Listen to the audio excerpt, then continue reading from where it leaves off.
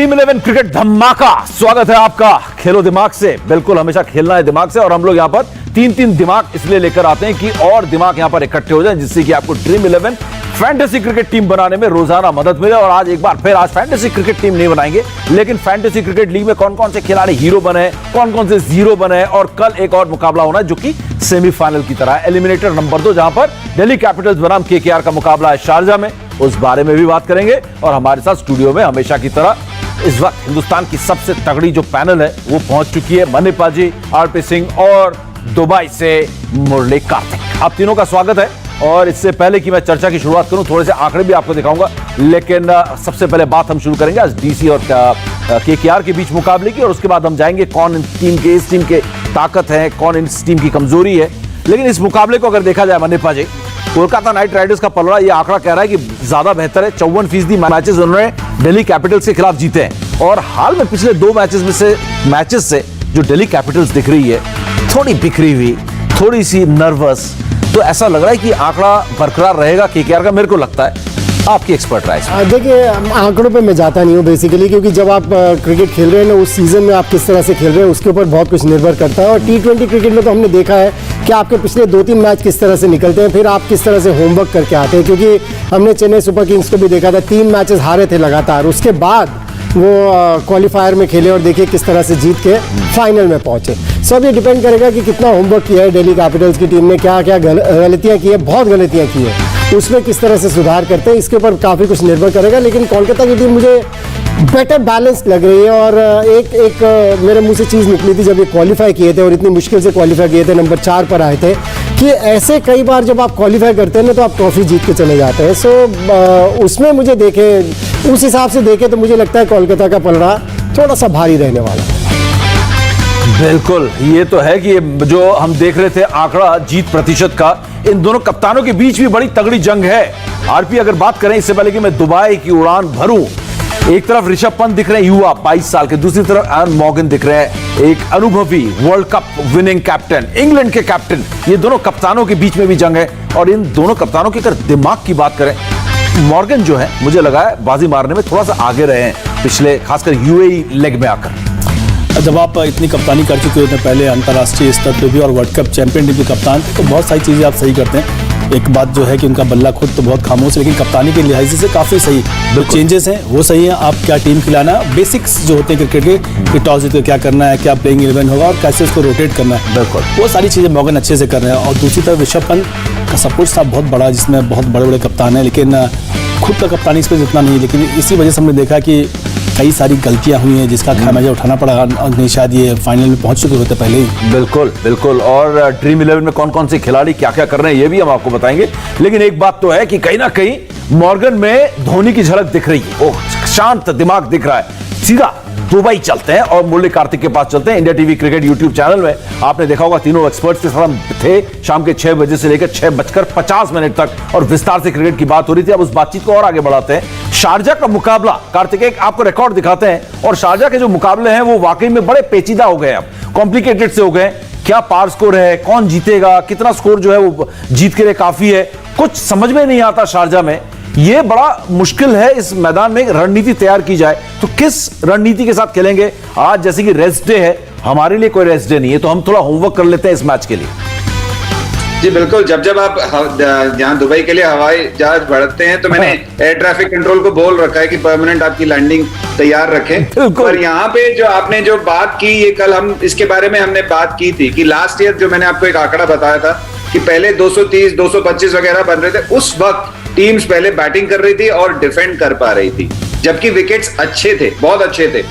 Second time बाकी आखिरी के 6 मैच जब विकेट्स मुश्किल हो गए, जब स्कोरिंग कम हो गया, जब 130, 140 बनने लगे, तब टीमें जो चेस कर रही थी वो जीत रही थी। 6 में से 6 लास्ट ईयर टीम्स चेजिंग ने जीता है। इस साल वही हो गया, क्योंकि विकेट लास्ट ईयर के सेकंड हाफ की तरह है और वैसा ही हो रहा है कि ज्यादातर जो टीमें टॉस जीती हैं और बॉलिंग करती हैं। और इसी वजह से कल जो आरसीबी का जो निर्णय था बैटिंग करने का, उसने आश्चर्यचकित छोड़ दिया। क्योंकि भले ही 136 हो, भले ही मैच फंस जाए, भले ही मुश्किल हो, पर टीम जो सेकंड बैटिंग कर रही है उसके सामने लक्ष्य है, उसको एक पता है कि ऐसी चीजें हुई हैं, हम ऐसे बच भी सकते हैं आखिरी में। जब स्कोर बहुत बड़ा होता है ना, तो आप फंस जाते हैं आखिरी के ओवर में। जब स्कोर छोटा होता है, जेसन होल्डर भी मतलब कुछ ना करते करते वहां तक उनको पहुंचा ही दिया था सनराइजर्स हैदराबाद को, क्योंकि स्कोर छोटा था। तो यहाँ पे सिंपल सी बात है, सबसे पहले टॉस जीतें और पहले बॉलिंग करें। पहले बॉलिंग करें, क्योंकि हम देख रहे हैं स्क्रीन पर भी, कार्तिक आप लगातार कह रहे हैं कि इस सीजन 64% मैचेस गेंदबाजी पहले करने वाली टीम जीती। और कल एक आंकड़ा जो लगातार उसमें निरंतरता दिख रही थी, कंसिस्टेंसी दिख रही थी, वो बदला है। शारजा में जो भी पावर प्ले में बेहतर करता है वो मुकाबला जीतता है, लेकिन कर पावर प्ले में डीसी ने बेहतर किया, आरसीबी ने बेहतर किया, लेकिन उसके बावजूद भी केकेआर जीतने में कामयाब हुआ। फिलहाल हम एक एक टीम के तरफ अब जरा कॉन्सेंट्रेट करते हैं, ध्यान देते हैं, और पहले हम बात करते हैं दिल्ली कैपिटल्स की। दिल्ली कैपिटल्स बड़ी हॉट फेवरेट थी इस टूर्नामेंट को जीतने के लिए, लेकिन जब पहुंची आखिरी पड़ाव पर, वहां पर आके डगमगा सी गई है। ऐसा लग रहा है कि जो किश्ती जो है वो किनारे में आके डूबने लगी है इनकी, जब पूरा समंदर जो है वो पूरा फासला पार कर लिया है। दिल्ली कैपिटल्स के टॉप 3 जो बल्लेबाज हैं उनमें अगर नजर डालें, ये ऋषभ पंत उसमें जरूर है, लेकिन ऋषभ पंत, ये कई बार आंकड़े, एक किताब लिखी हमारे क्रिकेटर ने, नंबर्स डू लाई, जो आकाश चोपड़ा ने किताब लिखी है, कई बार नंबर जो है झूठ भी बोलते हैं, बात तो है। ऋषभ पंत के स्कोर तो बहुत दिख रहे हैं, लेकिन पाजी इंपैक्ट नहीं है 413 रन के बाद।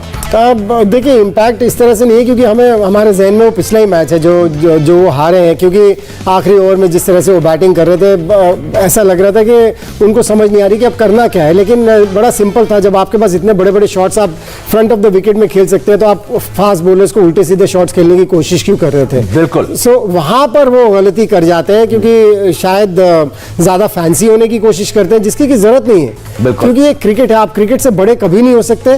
क्रिकेट को क्रिकेट की तरह ही खेलना होगा, और जिस तरह की पिचेस है उस तरह से अपने आप को जितनी जल्दी ढालेंगे उतना ही अपनी टीम के लिए बेहतर होगा। सो ये नंबर्स जो आप बता रहे हैं ना, 413 रन तो उन्होंने बनाए हैं, लेकिन वो इफेक्टिव वाले जो रन होने चाहिए ना, वहां पर जाकर मौके पे, बिल्कुल मौके गलती कर, मौके पर रन नहीं। एक बार फिर इसको फुल स्क्रीन में दिखाता हूं। आरपी, अगर इन बल्लेबाजों को आप देखें, तीनों बल्लेबाजों को, इसका मतलब यह है कि बाकी बल्लेबाजी इनकी भी बीच में डगमगा रही है। यह एक चिंता का विषय है। टॉप 3 बल्लेबाज में आप देखिए 2 ओपनर है और एक 6-7 नंबर पे खेलने वाला बल्लेबाज है। इसमें श्रेयस अय्यर, हेटमायर की बात करें, स्टॉइनिस का ना होना इनको काफी चुभ रहा है। तो ये एक मजबूत बल्लेबाजी ऊपर है और बीच में कमजोरी है। अंडे की तरह हो गया, ऊपर से मजबूत दिख रहा है, अंदर से बिल्कुल नरम। अभी तक जो परफॉर्मेंस रहा है दिल्ली कैपिटल्स का, वो मुझे लगता है बहुत कलेक्टिव टीम एफर्ट से था।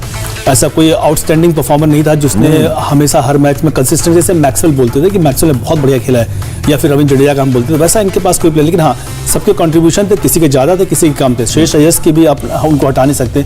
शिखर धवन कुछ अच्छा किया, फिर खराब किया। सेम हॉल उनका था हमारे पृथ्वी शॉ का, और कप्तान साहब का भी। तो ये इतनी सारी चीजें देखने को, पर ये सबसे जो आपने बोला समस्या, मिडिल ऑर्डर में बिल्कुल समस्या है। यहाँ की सिमरन हेटमायर को कुछ गेंदें मिली, उसमें उन्होंने कुछ शॉट दिखाए, लेकिन जो हमने सिमरन हेटमायर का रूप देखा है या श्रेयस अय्यर का जो रूप देखा है, वो भी तो पूरी तरीके से दिखा नहीं। ये समस्या इनके साथ हमेशा रहेगी मिडिल ऑर्डर की। अगर कुछ इसको सॉर्ट आउट नहीं किया तो कहीं ऐसा ना हो कि ये अगला मैच जो कल है वो भारी पड़ जाए। बिल्कुल, इस पर हम और बात करेंगे विस्तार से, लेकिन अब हम रुक करते हैं। बल्लेबाजी पे बात हो गई, हम सीधा मुरली कार्तिक से बात करेंगे कि टॉप 3 गेंदबाज जो उनकी ताकत रही है दिल्ली कैपिटल्स की, ड्रीम 11 टॉप 3 गेंदबाज की अगर बात करें, यहां पर आप देख सकते हैं आवेश खान, एक मुकाबला हरवा जरूर दिया था आरसीबी के खिलाफ, लेकिन अच्छे गेंदबाज। और आरपी मुरली कार्तिक अगर देखें, यहां पर आवेश हैं, अक्षर हैं और कागिजो रबाडा है। इसमें नोकिया का नाम नहीं है, लेकिन वो भी इनकी बड़ी जबरदस्त ताकत है। गेंदबाजी जबरदस्त है, जैसा कि आप यूट्यूब चैनल में भी बोल रहे थे। देखिए, मुझे लगता है कि सबसे बड़ी ताकत ही आंद्रिक नॉर्के है। कभी कभी जो नंबर्स जो लाए आपने कहा ना, वो उसका बहुत सही उदाहरण है यहाँ पे, क्योंकि जो ओवर्स उन्होंने डाले, जो इम्पैक्ट उन्होंने छोड़ा है, उसकी बदौलत जो बाकी लोग जो स्क्रीन पे हैं उनको विकेट्स मिल रहे हैं। आंद्रिक नॉर्के का जो प्रदर्शन है वो जबरदस्त रहा है जब से वो इस लेग में आए हैं, और याद रखना पड़ेगा कि वो आधा ही सीजन खेले, इंडिया वाला लेग वो खेले नहीं थे। अक्षर पटेल ने बहुत अच्छी गेंदबाजी की है, क्योंकि पावर प्ले में भी डाला है और बाद में भी डाला है, मिडिल ओवर्स में भी डाला है। आवेश खान एक ओवर उस आरसीबी वाले मैच में और एक खराब के, उसको हम खराब सीजन नहीं मान सकते, क्योंकि बॉलर ना अपना अहंकार को ना घर में छोड़ के आना पड़ता है। मार जब एक दिन पड़ती है या रन जाते हैं T20 में, तो कभी कभी 10 ओवर से ज्यादा, जो वनडे में कभी कभी रन पड़ जाते हैं उससे ज्यादा पड़ जाते हैं। और मुझे सरप्राइजिंग बात ये लगी है कि कागिसो रबाडा को इस साल इतने छक्के क्यों लगे, और कागिसो रबाडा से उन्होंने 19वां ओवर कॉन्फिडेंस के साथ क्यों नहीं दिया, ये मेरे अभी भी थोड़ा समझ के परे है। बट अदरवाइज इनकी बॉलिंग एंड लाइनअप बहुत अच्छी है। अश्विन को भी ना भूलें, वो भी बीच में 4 ओवर उनके भी हैं यहाँ पे। बिल्कुल बिल्कुल, लेकिन बड़ा एक चौंकाने वाला आंकड़ा भी यहाँ पर है। आपने अश्विन का नाम ले लिया है, तो चलिए हम आपको दिखाते हैं दिल्ली कैपिटल्स के वो कौन से खिलाड़ी हैं ड्रीम 11 में कि जो थोड़ा यहाँ पर निराशाजनक प्रदर्शन उनका रहा है, और उन खिलाड़ियों में हमने 3 खिलाड़ी चुनकर निकाले हैं आंकड़ों के लिहाज से। और श्रेयस अय्यर हालांकि पहला चरण ये भी नहीं खेले थे, लेकिन उसके बावजूद दूसरे में भी। और स्टीव स्मिथ की बात करें 8 मैचेस में 152 रन पाजी, और आर अश्विन 12 मैचेस में 5 विकेट। ये तो रुलाता है प्रदर्शन कहीं ना कहीं। नहीं, बहुत डिसअपॉइंट किया। और देखिए, मैंने पहले भी एक बात की थी कि T20 क्रिकेट जब खेलना शुरू करते हैं, वनडे क्रिकेट में भी यही कर रहे थे, इतनी ज्यादा वेरिएशंस करने की कोशिश करते हैं कि जो उनका स्टॉक बॉल है, जो वो ऑफ स्पिन डालते हैं, वो ऐसा लगता ही नहीं है ऑफ स्पिन बॉलर है। सो जिस वजह से आपको इंडियन टीम में खिलाया जा रहा था, आप वही नहीं कर रहे, तो फिर आपको विकेट्स कैसे मिलेंगे? क्योंकि इनका इंडियन टीम में चयन कहाँ हुआ था, जब पहले 6 ओवर में बॉलिंग कराया करते थे महेंद्र सिंह धोनी इनसे चेन्नई सुपर किंग्स के लिए, और ये विकेट्स लेते थे अपनी ऑफ स्पिन बॉलिंग से। अब वही छोड़ दिए उन्होंने, क्योंकि देखिए बड़े लोग इनको, मैं इनका बहुत बड़ा कायल हूँ, बहुत बड़ा फैन हूँ, मुझे बड़े पसंद आते हैं बॉलर, खासतौर से जब टेस्ट मैच क्रिकेट में बॉलिंग करते हैं। लेकिन वनडे क्रिकेट में और T20 क्रिकेट में ये क्यों बदल दिया? क्योंकि इनको बहुत लोग इंटेलिजेंट, बड़ा इंटेलिजेंट बोलते हैं, लेकिन अगर बहुत इंटेलिजेंट होते तो फिर अपनी जो स्ट्रेंथ है आप उससे हटते नहीं। देखिए, अगर आप बात करें पटेल की, हमारे अक्षर पटेल की, अक्षर पटेल ने एक अपनी इंटरव्यू में बहुत बढ़िया बात कही थी कि मुझे अपनी स्ट्रेंथ्स पता है, मैं उनसे बाहर नहीं निकलता।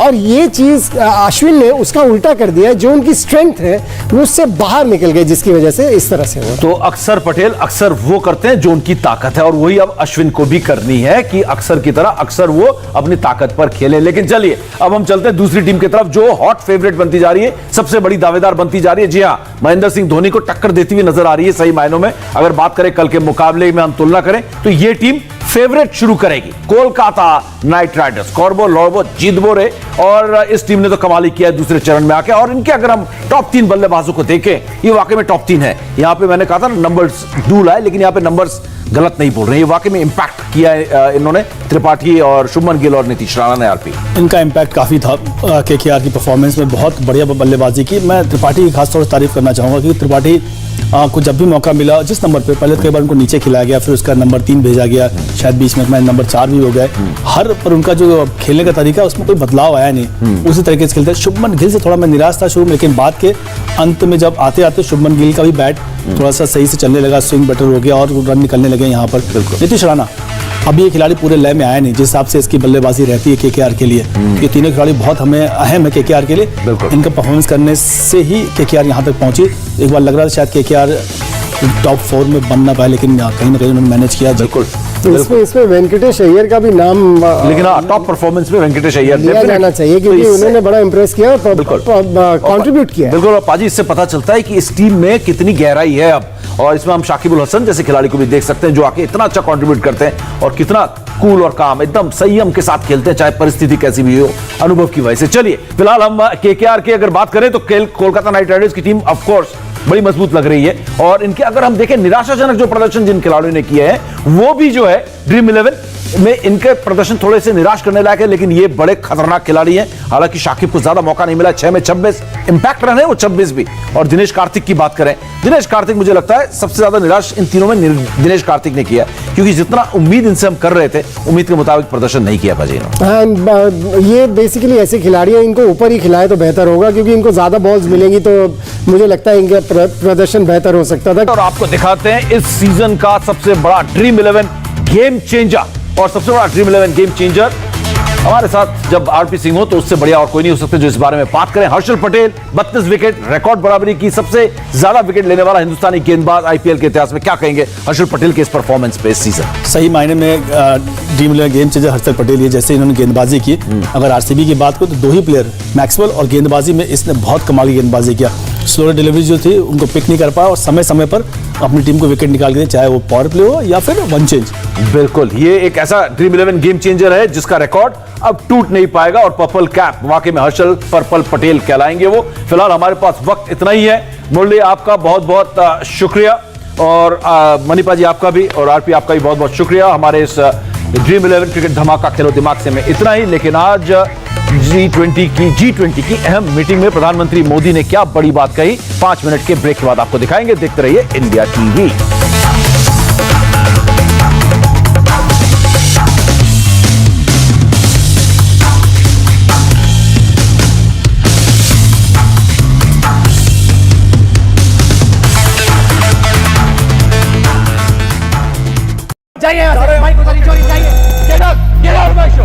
एक शब्द नहीं बोलेंगे आप। इंडिया टीवी हर वक्त हर जगह डाउनलोड करने के लिए सर्च करें India TV news Google play store या ऐप स्टोर पर।